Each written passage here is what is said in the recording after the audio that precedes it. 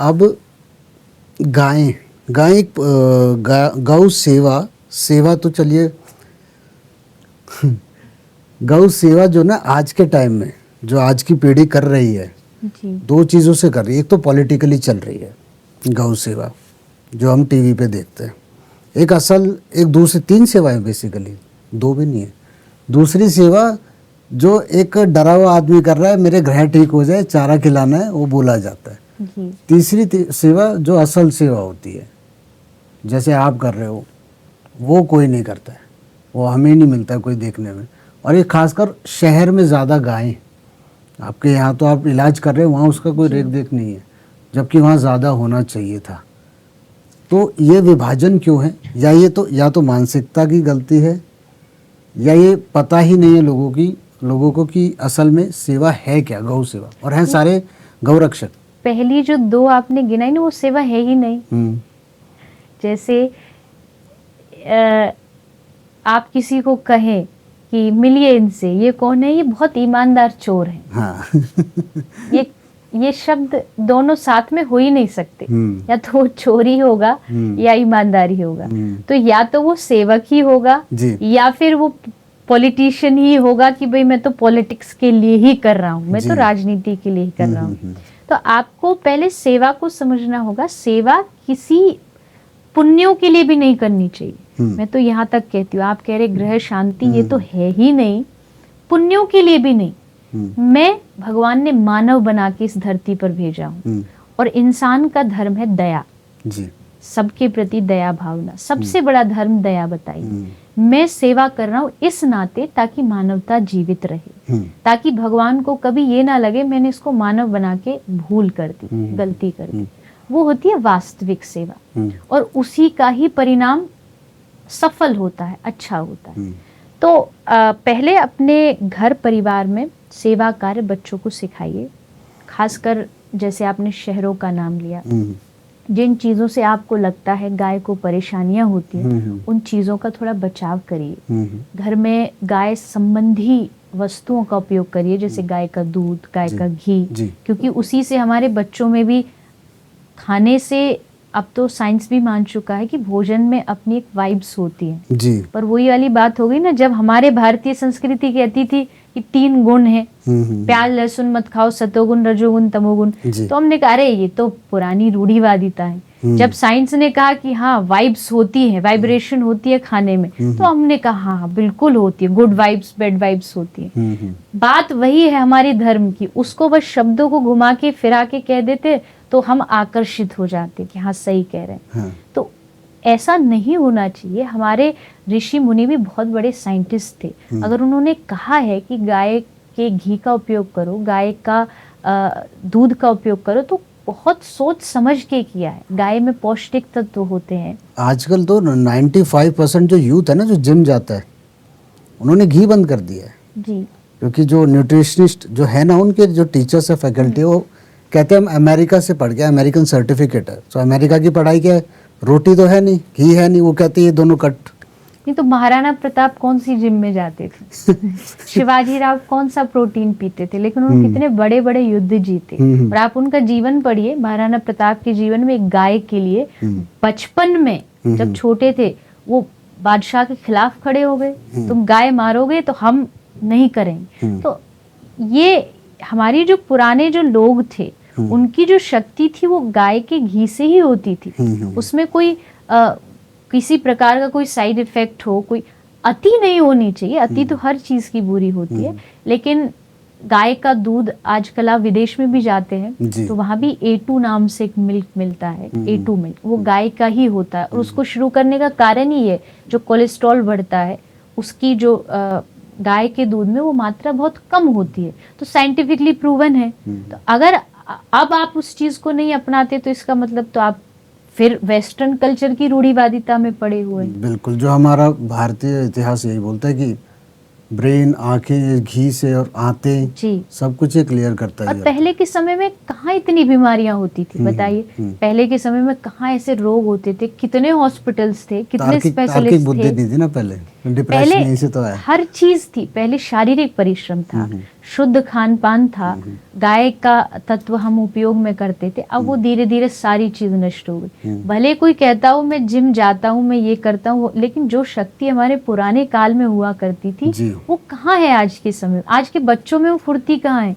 कोई गेम्स बाहर खेलने जाते नहीं, एक सोफे पे बैठे बैठे बस मोबाइल में ही सारा उनका खेल हो जाता है। तो बहुत ज़रूरी है, अगर हम देश का एक अच्छा भविष्य चाहते तो उसके लिए गाय की सेवा, गाय की रक्षा और अपने बच्चों के बौद्धिक क्षमता को बढ़ाने के लिए गाय से जुड़ी चीज़ों का, दूध इत्यादि का उपयोग होना चाहिए। तो आपके लिए गौ सेवा असल में युवा पीढ़ी जो 18 से 25 साल के बीच में है, उन्हें आप समझाएं कि असल में गौ सेवा है क्या।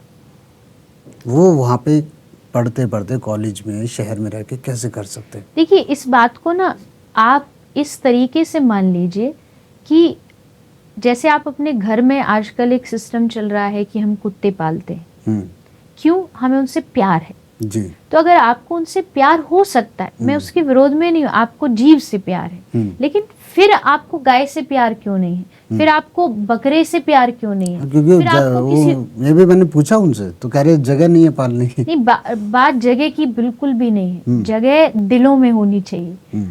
होता क्या है, आदमी के पास सब है, गांव में से गाय क्यों निकल गई।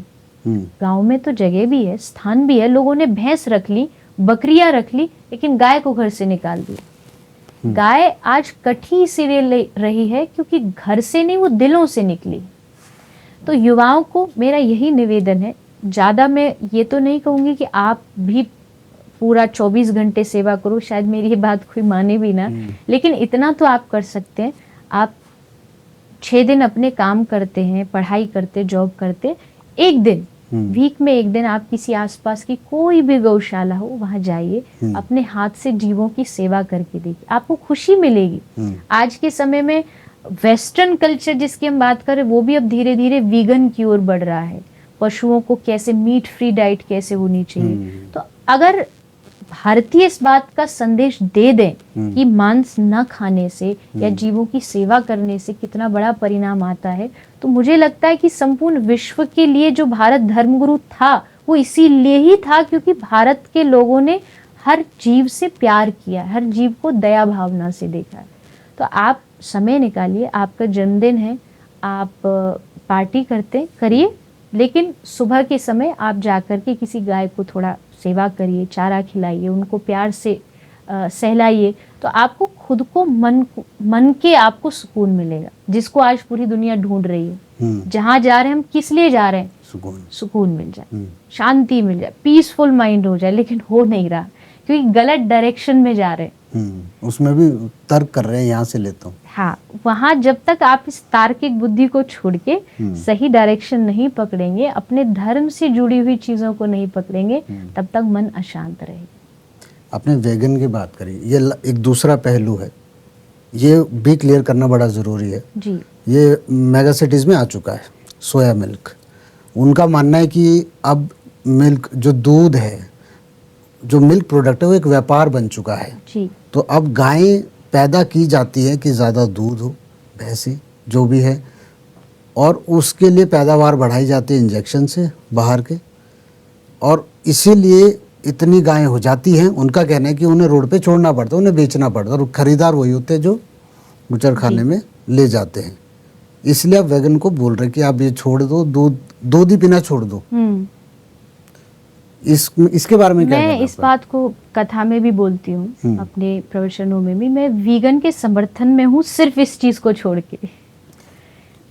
वीगनिज्म जो होता है उसमें आप पशुओं से जुड़ी चीज हो गई, जैसे लेदर हो गया जी, आप लेदर का यूज नहीं करते। दूध मिल्क प्रोडक्ट को छोड़ के कह रहे हो आप? जी जी। अच्छा। जैसे जो वीगन जो एक सोच है उसमें यह है कि आप गाय, पशुओं से जुड़ी कोई चीज का, जैसे त्वचा हुआ, लेदर हुआ, या जैसे हम कोई क्रूरता होती है या मीट होता है पशुओं का, उसको हम नहीं खाएंगे, और हम दूध या दूध से जुड़ी चीजों को नहीं उपयोग करेंगे। तो ये जो एक पॉइंट है दूध वाला, मैं इसके समर्थन में नहीं। ठीक है। क्यों? क्योंकि गाय के बचाव के लिए, अगर मैं एक गौ सेवक हूँ तो मैं गाय की बात करूंगी, गाय के बचाव के लिए गाय का उपयोगी होना बहुत जरूरी है। अगर गाय उपयोगी नहीं होगी तो एक किसान भी उसे घर में क्यों रखेगा? उसका कोई तो लाभ होना चाहिए। और गाय का दूध ऐसा नहीं, आप कई वीगन जो लोग रहते हैं वो कई बार तर्क भी देते हैं कि आप गाय का दूध खुद पी जाते हो, उनका बच्चा कैसे पिएगा। देखिए, प्रकृति ने ना हर चीज बहुत सिस्टमेटिक ढंग से बनाई है। नेचर का ही सिस्टम है कि पहले आप जो है उस बछड़े को दूध पिलाएंगे, थोड़ा जो जब उसका पेट भर जाएगा आप उसे अलग कर देते हैं, फिर आप स्वयं उसको अपने घर के लिए उपयोग करते हैं। अगर आप उस गाय का पूरा दूध बछड़े को ही पिला देंगे तो वो बचेगा नहीं। अगर डेली अगर आप उसको पूरा दूध पिलाते रहेंगे तो उसको शारीरिक रोग बहुत हो जाएंगे। प्रकृति ने बहुत सोच समझ के सिस्टम बनाया है। अच्छा, लेकिन वो ना अभी क्या वो अलग तरीके से दिखाते हैं इसको, कहते कि बच्चे की माँ को बच्चे बछड़ा दिखाया जाता है तब वो दूध देती है, आंसू आते हैं, ये सब कहानी चलती है। ये कहानियां गलत है। इन कहानियों को हमें हर चीज सत्य नहीं हो सकती, हर चीज अच्छी नहीं हो सकती। तो वीगनिज्म अच्छी चीज है, लेकिन गायों को उपयोगी लाने के लिए हमें गाय के दूध, गाय के गोबर, हम अपने यहाँ गौसेवा धाम में गाय के मूत्र, उन सब से जो भी ऑर्गेनिक जो चीज़ें होती है, खाद होती है, पेस्टिसाइड्स बढ़ रहे हैं आजकल, उसके लिए हम गाय की खाद का उपयोग करते हैं ताकि लोगों को उससे प्रेरणा मिले और उस चीज़ को कम किया जाए। तो गाय का दूध तो हमारे शास्त्रों में लिखा है, भोलेनाथ जी ने कहा है अमृत और गाय के दूध की एक ही बराबरी है। अच्छा। हमारे पास अमृत तो है नहीं, हमने बस नाम सुना है अमृत होता है, पिया कभी नहीं। तो हमारे लिए गाय का दूध ही अमृत है और उसका उपयोग हमें अपने बच्चों को जन्म से लेके अंत समय तक, वृद्धावस्था तक गाय के दूध का उपयोग करना चाहिए। अच्छा चित्रलेखा जी, लास्ट यही है कि आप मुझे विज़न समझाएं कि गौ सेवा धाम हॉस्पिटल आपने क्या सोच के शुरू किया और अब क्या स्थिति है और आगे आपका क्या विज़न है, कैसे लोग आपसे जुड़े, किस तरीके से जुड़ सकते हैं जो यहाँ पर आ नहीं सकते? एक कदम से ही यात्रा शुरू होती है किसी भी चीज़ की, और हमारी सेवा की भी यात्रा बहुत छोटे कदम से शुरू हुई थी। कथाओं में जाना होता था, गौशालाओं में जाते थे, बहुत लोग गाय सेवा कर रहे हैं गौ माता की, लेकिन कई बार वहाँ देखते गौशाला में कोई गाय पड़ी है, कुछ रोग है उसे, उनसे पूछा जाता कि इसकी ये दशा क्यों है, तो उन्होंने बताया कि यहाँ इलाज का अभाव है, कोई गाय की कोई प्रॉपर ट्रीटमेंट नहीं है। तो मन में आया, हम तो ब्रज में रहते हैं, ब्रज में इतनी सारी गौशाला पहले से ही है, हम भी एक गौशाला बना देंगे, कितनी गायों को बचा पाएंगे। इससे अच्छा कुछ ऐसा करें जिससे जितनी गौशालाओं में सेवा हो रही है उन गायों को मदद मिले, जितनी बेसहारा है उनको मदद मिले। तो कुछ नई चीज गौशाला से हटके शुरू की जाए। तो आज से 9 साल पहले यहाँ एक हॉस्पिटल की शुरुआत हुई, गाय के लिए शुरू किया था। धीरे धीरे अब तो ये पूरा एक वेटनरी हॉस्पिटल है, यहाँ सब पशु आते हैं, विशेषकर गायों की सेवा होती है। गायों के प्रति जागृति कराने के लिए, जैसे गाय के पेट में प्लास्टिक जमा हो जाना, प्रसव पीड़ा में कई बार जो बछड़ा होता है वो गर्भ में मर जाता है और गाय भी फिर मारी जाती है क्योंकि कोई देखने वाला नहीं है। प्लास्टिक तो बहुत बड़ा इशू रहा है, हमने भी खुद देखा है। बिल्कुल, हमारे अस्पताल में आप कोई भी गाय उठा लीजिए, उसका ऑपरेशन करिए ऐसे ही, उसका ऑपरेशन करके हर गाय में से आपको 30-40 किलो प्लास्टिक तो मिल ही जाएगी नॉर्मली। क्यों? क्योंकि सड़कों पर गाय बड़े बड़े शहरों में कचरा के साथ साथ जो प्लास्टिक खाती है वो पूरा जमा होता जाता है। वो भी, और लोग भी प्लास्टिक बंदी पन्नी में आटा फेंक देते हैं, खाना करके उसमें गांठ लगा के उसको फेंक दिया जाता है और गाय उस खाने के साथ प्लास्टिक को निगल जाती है। कथाओं में ये भी निवेदन करते हैं कि आप खाना डालते हैं तो उसको अलग डालिए, प्लास्टिक अलग डालिए। तो ये चीज़ें एक बहुत बड़ी समस्या है हमारे देश में है, गौहत्या बहुत बड़ी समस्या है। तो एक छोटा सा प्रारूप शुरू किया गौसेवा धाम अस्पताल के रूप में। आज यहाँ सैकड़ों गाय हैं, सबकी सेवा हो रही है और विज़न बस यही है कि ये सेवा बढ़ती रहे, ज़्यादा से ज़्यादा हम एरिया कवर कर पाएँ, जहाँ से भी जितनी भी गाय हम ला सकते हैं लाते हैं। एम्बुलेंस यहाँ है, जाती हैं, डॉक्टर्स हैं, सब अपनी सेवाएं देते हैं और प्रयास यही रहता है कि ऐसा हॉस्पिटल हो, ऐसी ट्रीटमेंट मिले जो मानवों को मिलती है हर प्रकार की। तो हर प्रकार का यहाँ पर इलाज किया जाता है।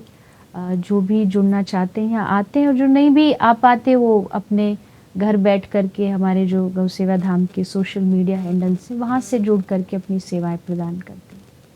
ठीक ठीक है चित्रलेखा, धन्यवाद आपका, बहुत बहुत अच्छा लगा आपसे बात करके।